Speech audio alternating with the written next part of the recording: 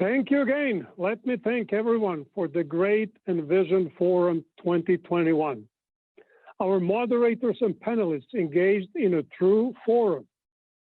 We had a huge diversity of views expressed by people with great knowledge and experience in electrical power systems. Although we were addressing very similar problems, there was almost no repetition.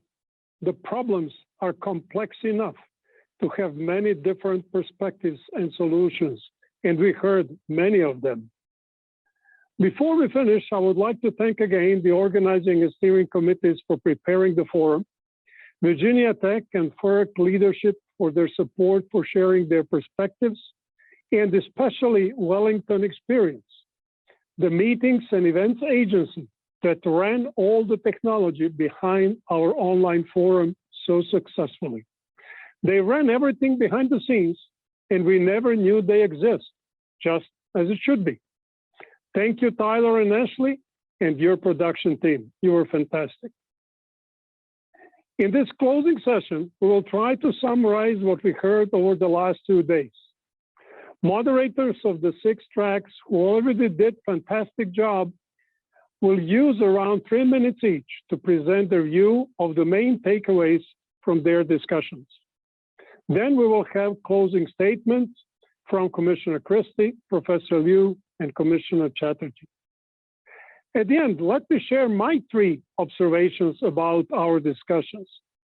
1, it seems that we should expect major disruptions to the electric utility industry coming very soon. That's a big point, I think. The second one, there are many different issues and approaches that we heard, but there does not seem to be a clear vision of how the things will change and where we will end up. So there is still quite a bit of work and discussions that need to go on.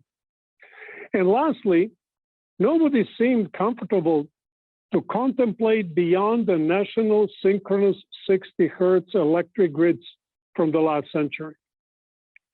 So I'll stop with that. I let our moderators summarize their sessions, and then we will have the closing statements. So Jeff, that is the moderator of the last track. Are you ready?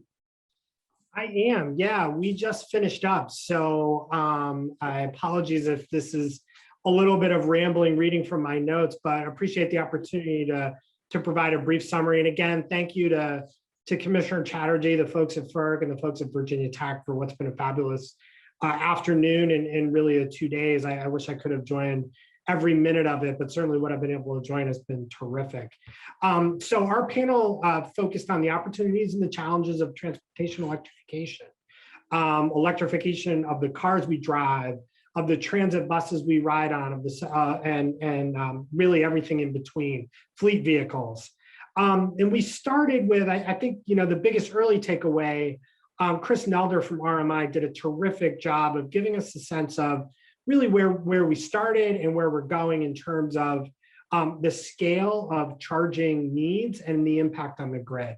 So really early adopters have been folks who have adopted an EV and they've just plugged it into their home, just like they might plug in any appliance. Slow charging, 8 to 10 hours, not a huge demand on the grid. But then let's start to scale up from there. If you've seen 6 of those Tesla chargers at a convenience store near you, that's upwards of 1 megawatt of demand on the power system. But we don't stop there. If we start thinking about electrifying beyond residential vehicles and on up into larger fleets and larger types of vehicles, heavy duty Class A chargers can be anywhere from 1.7 to 1.8 megawatts of demand, all the way up to a great example of, if you look at a travel plaza in an agricultural and industrial area in Minnesota, and replacing all of the energy equivalent today that they provide in diesel and fuels to whether it's farm equipment or other things, you can add up to as much as 180 megawatts of electricity demand. So that's the scale of where we're going as we look to electrify all of transportation in the future. We also got to hear a lot about some of the early business models and some of the early work that we're seeing folks doing. Duncan McIntyre from Highland Electric Transportation talked about their work to work with municipalities to electrify their school bus fleets, and the opportunities and the challenges that we see there. School bus fleets are really an ideal early asset to look at for electrification. They are utilized about 8% of the time. 2% of the time, they are unutilized. They are at a charging area where they can be utilized for grid services and other things. And so in a lot of ways, they can really increase the value and reduce the costs of utility systems. As we integrate more renewables, you can really make those things a key consumer of renewable energy when it's available. And so that can really reduce the overall cost to a utility system of integrating renewables. That was one interesting takeaway there. We then moved to Dr. Peter Mahoro from Rappahannock Electric Cooperative, who provided not only a utility perspective, but a really important rural America perspective on electrification of transportation. He had my favorite quote of the panel, which is the most expensive megawatt hour is the one that we don't have. The second most expensive megawatt hour is the one that we don't use wisely. And that really framed a lot of his discussion about how utilities think about integrating electrification of transportation into what they do and the services they provide to customers. It talked a lot about utilities working on different ways to encourage charging at the right times. Because what they have found is that the typical charging pattern of users today corresponds too closely to peaks on the system. And so you want to address those kinds of things as well. I'll wrap up here quickly. We also moved to a little bit of a policy perspective. We started with Delegate Lamont Bagby from Virginia, who carried key legislation this year to make Virginia a 100% clean cars state.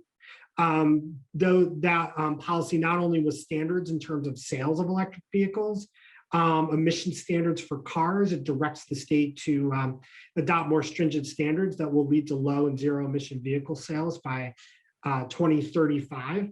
But also directs a study so that utilities are starting to look carefully at the infrastructure needs of electrifying transportation in that way.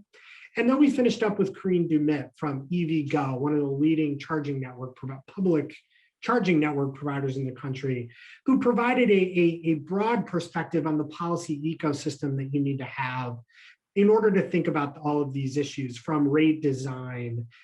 How do we design rates that encourage investment in public charging networks so that more people have access to charging, and so that we bring all the right stakeholders to the table. Unlike a lot of these issues, electrifying transportation brings a lot of new stakeholders to the table compared to typical sort of public utility commission proceedings that we see. So those are some immediate takeaways. Sorry to ramble a little bit from my notes, but again, thanks for the opportunity. Looking forward to hearing the other summaries. Thank you very much, Jeff. Richard Serrano, can you summarize our first track that we had yesterday? You're muted. Yes, okay. Thanks, Dushan. I'm very glad to do that. Our topic was resilience, defining it and achieving it. And we had Kelsey Brown from Mid-American, Kurt Morgan from Vistra, and Audrey Zibelman from the Moonshot Factory. I just love to say that. I think we really appreciated the opportunity to work with the FERC and Virginia Tech people to set this up. I want to start with the idea that resilience is going to involve some significant engagement with utility data and planning. And one point that came out in the conversation is the importance of increasing transparency in how that works, because a lot of new social objectives are going to be important to resilience, and utilities are going to have to engage in ways that maybe they're not used to in order to fully solve resilience challenges. And of course, we have to attend to security concerns so that everybody doesn't know grid vulnerabilities. There was the usual challenge of defining resilience. We didn't arbitrate towards a solution, but there were many excellent discussions about how to define resilience that I think go to the time scale that we're talking about. Reliability being distinguished by having a long-term planning time scale, planning for events that are likely to happen. And resilience, perhaps one of our panelists suggested resilience goes to things that are unlikely to happen, but we need to prepare for them because the consequences are dire. And there are many things like that in a climate-induced world. And of course, there are many solutions to resilience. Resilience appears locally, it appears at the grid level, it appears in the supply chain. And so attention needs to be paid to all of those things. Cost undergirds all of these things. So cost and reliability, of course. But one point that one of our panelists made is that emissions are integral today to all these decisions. And so resilience, I take away from that, we can't rely on diesels for resilience the way we might have in the past. Barriers remain inadequate. Batteries, my notes here, batteries remain inadequate for prolonged storage. I think that was an important insight that for those who want to rely on batteries, we need better batteries if we're going to do that. The jurisdictional split between the federal government and the state government remains a challenge. And we also talked about communities which have their own jurisdiction. And so we really have 3 levels of jurisdiction to pay attention to. And we want to try to motivate them to do their part and to work collaboratively.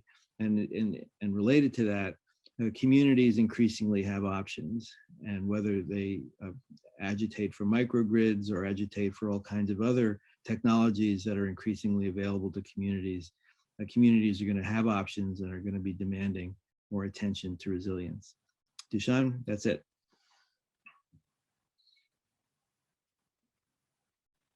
Thank you very much. Thank you very much. Let's have Brian now talk about his crystal ball. What's the future of the electric grid?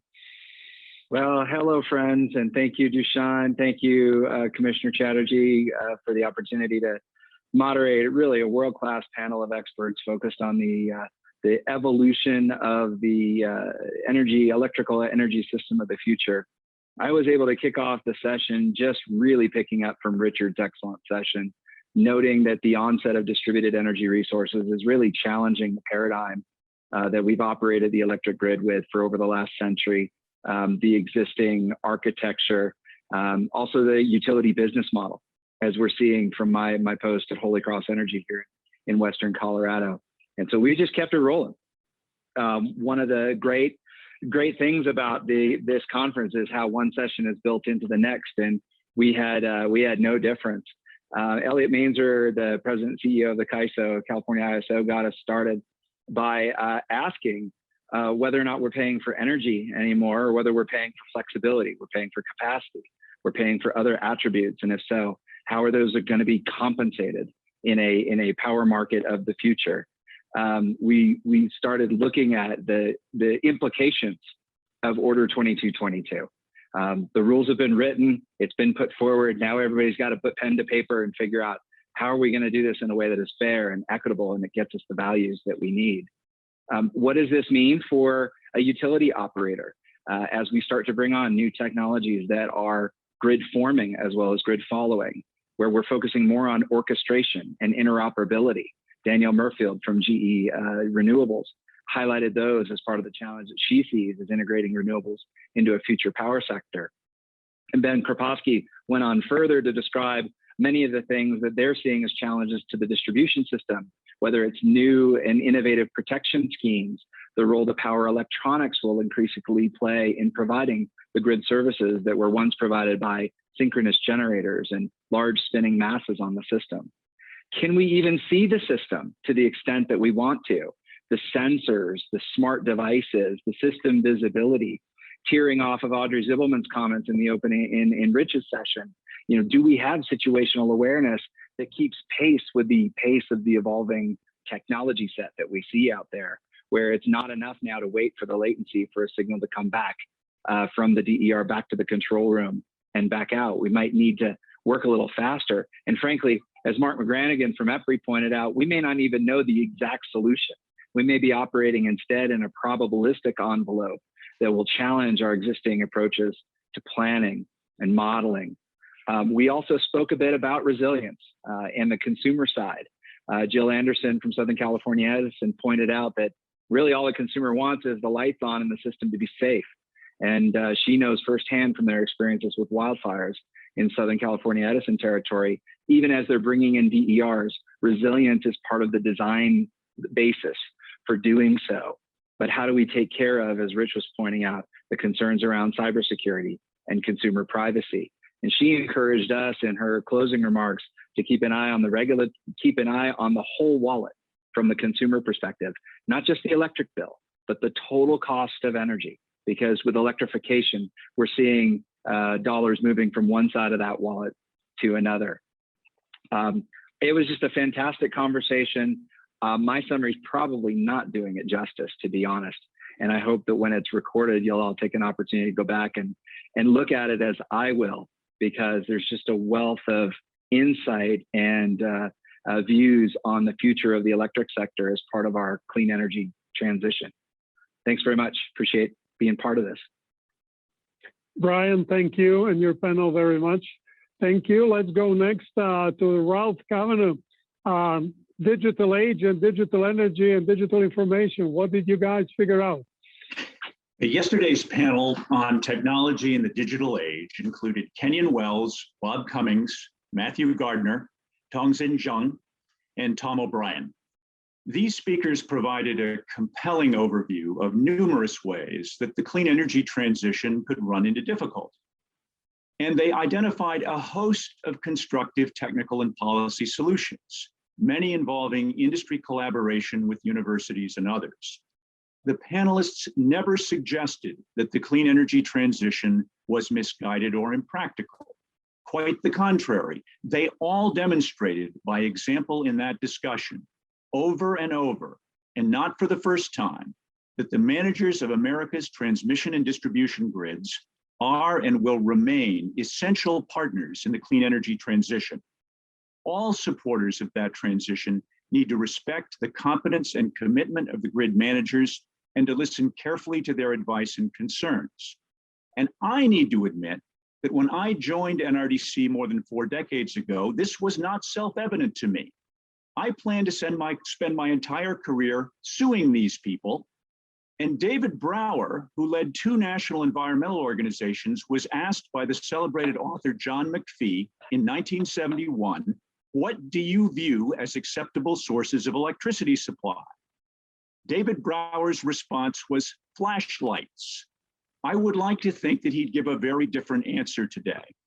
And for all of those who watched our panel yesterday and the rest of this wide-ranging conference, if you are feeling a bit overwhelmed by the challenges ahead as the grid transforms, just think back to the dystopian 1970s, when predictions of massive nationwide energy shortages and endless blackouts dominated public consciousness and figured in best-selling novels like Arthur Haley's Overload and academic treatises like Peter Navarro's The Dimming of America. And yes, it was the same Peter Navarro. America emerged undimmed, and remember, as Lawrence Berkeley Laboratory reminded us earlier this month, that US power sector emissions of greenhouse gases in 2020 were more than 50% below authoritative Energy Information Administration forecasts just 15 years earlier.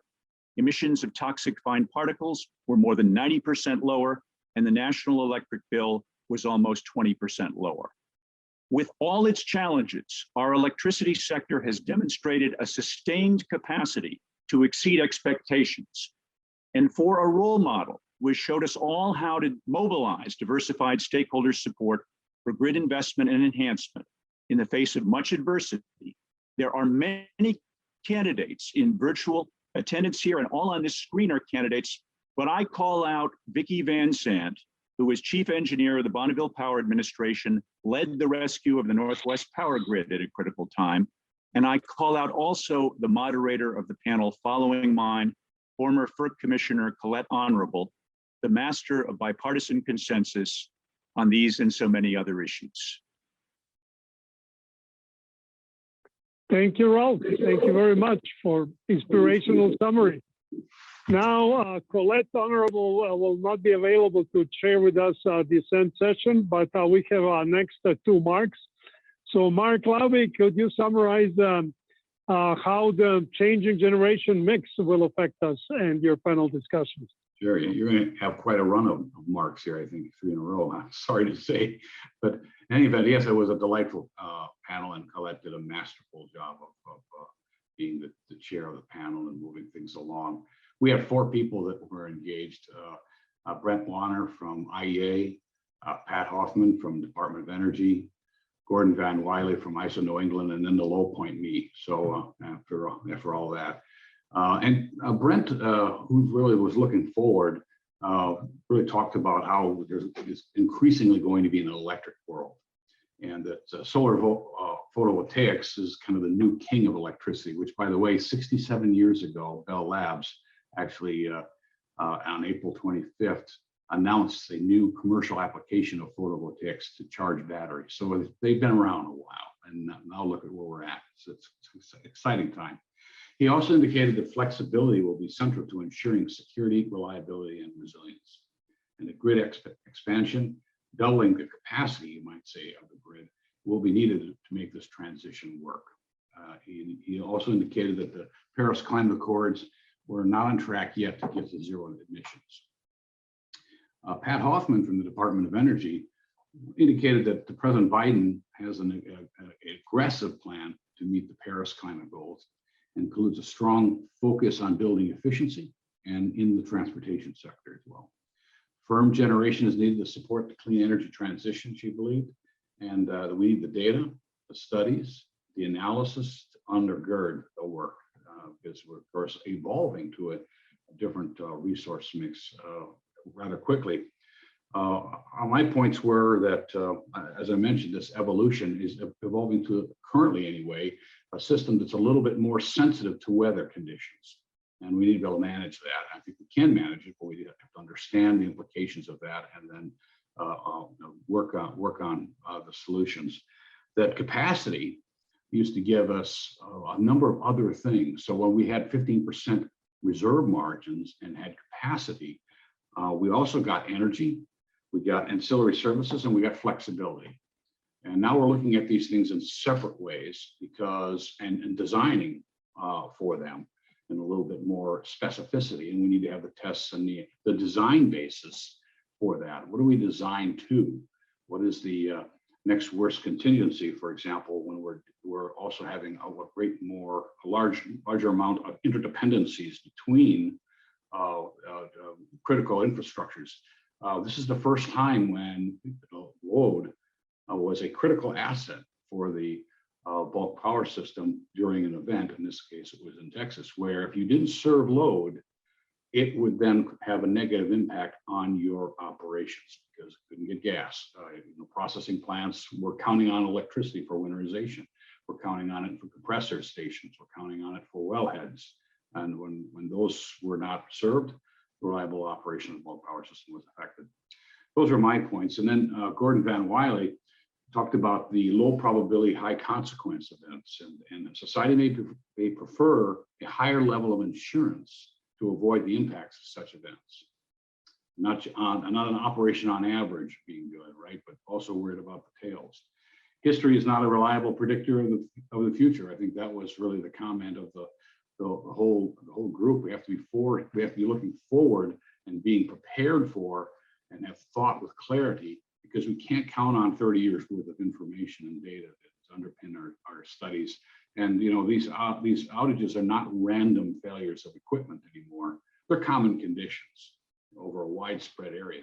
And how do we manage those?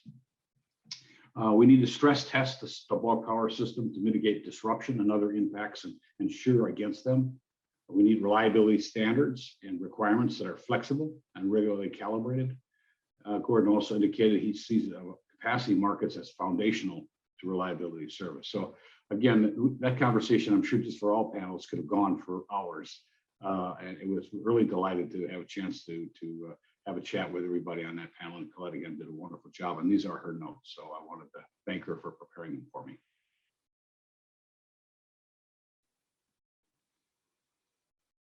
Okay. I'm sorry, I'm not able to unmute myself, so. And you're back on mute again. Okay, thank you. So let's have another Mark. Mark Johnson, can you tell us where we're going to find the money for all this innovation and how we're going to do it? Well, a key part of the conversation we wound up having was it's not all just about the money on it. And then this actually, we tried to tie it back to then some regulation questions that would come into it. So it was a panel of seven innovators that were there that represented people from both the public sector, private sector, and nonprofit sectors. I think we had 131 attendees in the listening in on the event. I think we had a nice discussion that we tried to key off some of the points that were from previous panels, as well as looking at the role of innovation going forward. And I sort of viewed this as a nested problem. You've got the challenges of innovation overall and technology-based innovation. Then you've got energy innovation, and within that, specifically electric system energy innovation, and how those are often related challenges, but trying to pick out where there's some unique challenges for the electric systems on it. So we started by having a conversation about, the technologists and technologies and technologists out there. There are a number of programs that are out there, both the Department of Energy, but also notably things like the Breakthrough Coalition, where they're investing in a number of new technologies in a focused area. Many of them have to do with things about the grid, but also things that will wind up impacting load on the grid. So for instance, if we wind up having a significant electrification of the industrial sector as a way to decarbonize the industrial sector, that would substantially change the power grid as a result. So these are interconnected, some of the innovations as well. But there was really a discussion of the technologies, but also the technologists, that is the individuals that will be pushing forward on this. But the idea that there's this middle space between where something is invented and where something can wind up being actually finding use out there.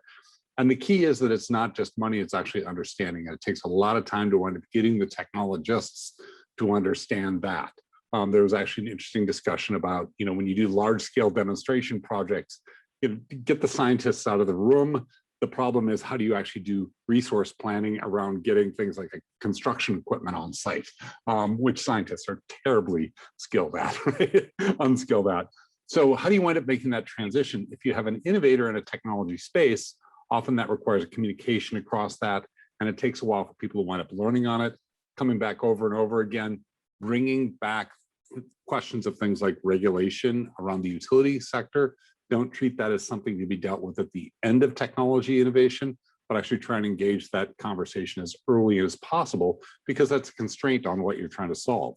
The question of market pulls, then we had a slight discussion on buying power of the public sector, but just as important that regulators actually establish the rules by which the private sector winds up buying a lot of these new technologies. And so there's a key role for regulators to understand what technologies are available, what's possible, what's moving, what's sort of over the horizon, where they are in the stack of opportunities on this.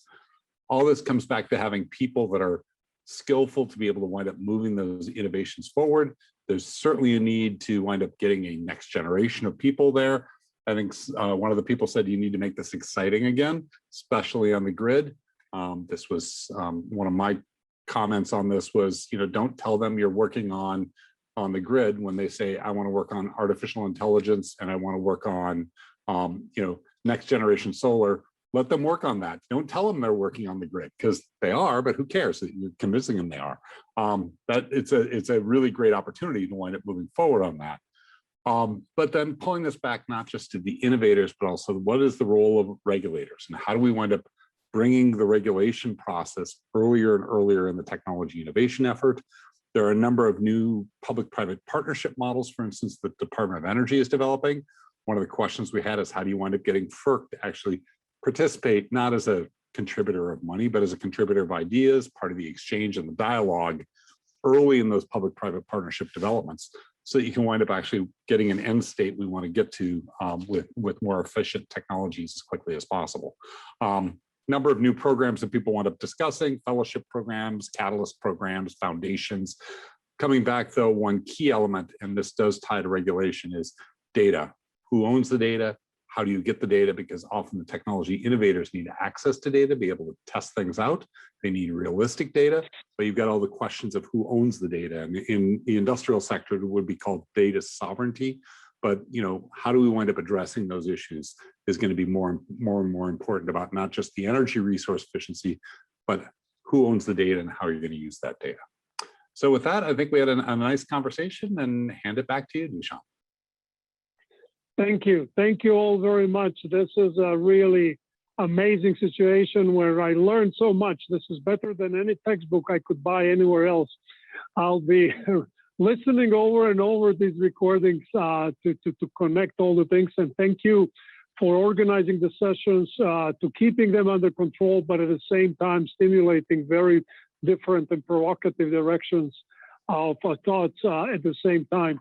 So this is really a wealth of thoughts and data on which we could build future directions or where we would like to go. So with that, I think at this point we were planning to have Commissioner another Mark Christie, to give us some closing remarks, but I'm not sure that he's available at this second. So maybe Professor Chen-Ching Liu, do you want to say some remarks before we proceed? Sure. Oh, here it is. Okay, here it is.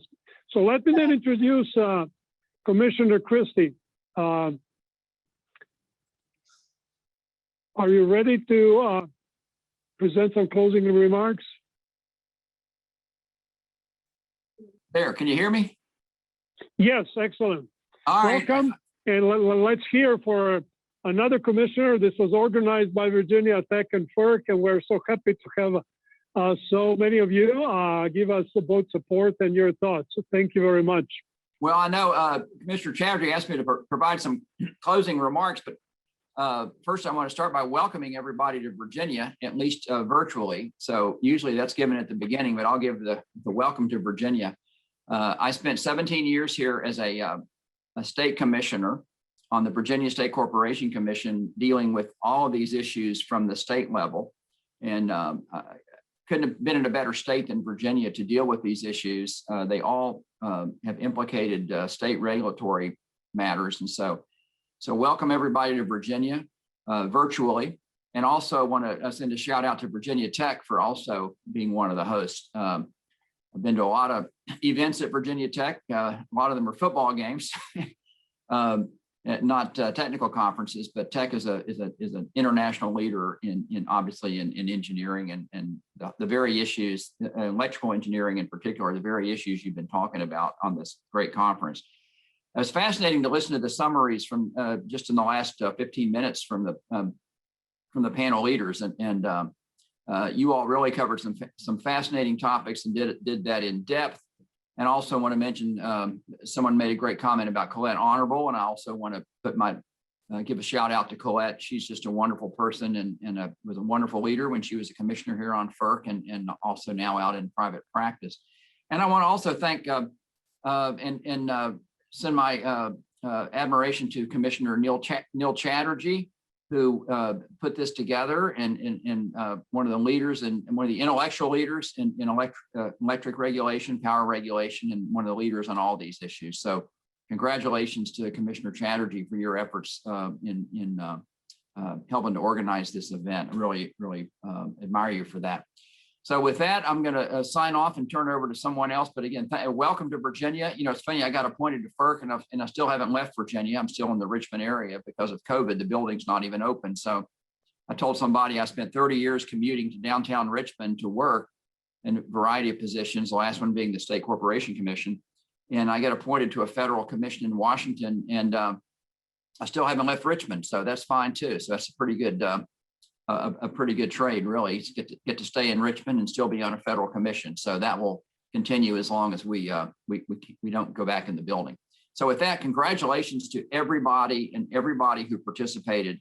Wonderful event, wonderful organization, really highlighted these major issues in depth. And so congratulations to all of you, and I hope you really enjoyed it. Thank you.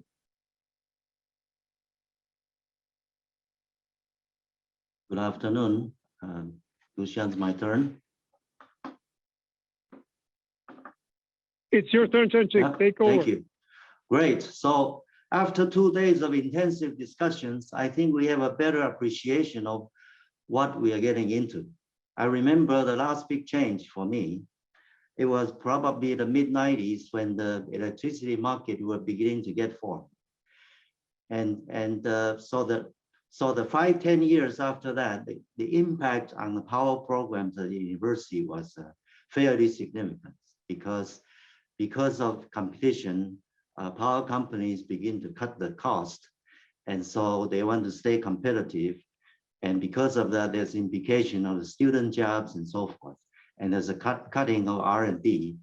And so there was a real impact for us.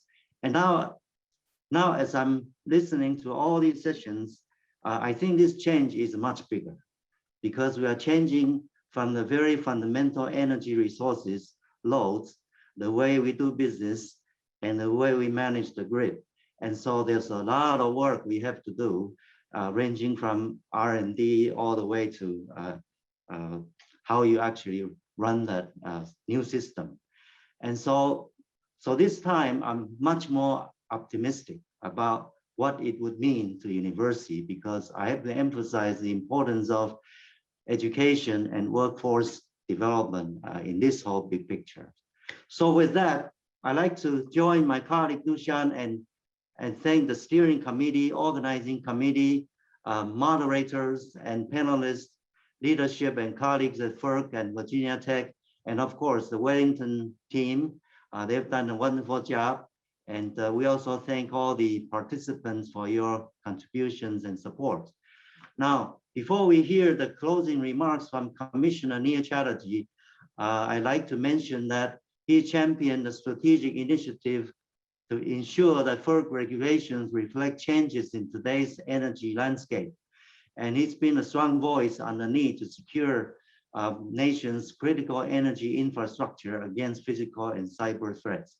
And of course, this is why we are here. He launched the EnVision Forum in 2019 to bring together thought leaders and new voices in the energy world. So Commissioner Chatterjee, we thank you for the opportunity to co-host the 2021 EnVision Forum with FERC. The floor is yours. Thank you, Chen-Ching, for the introduction. Thank you, Deshaun, for your leadership and for all of our panelists for coming together and summarizing the content that we've covered over the past couple of days.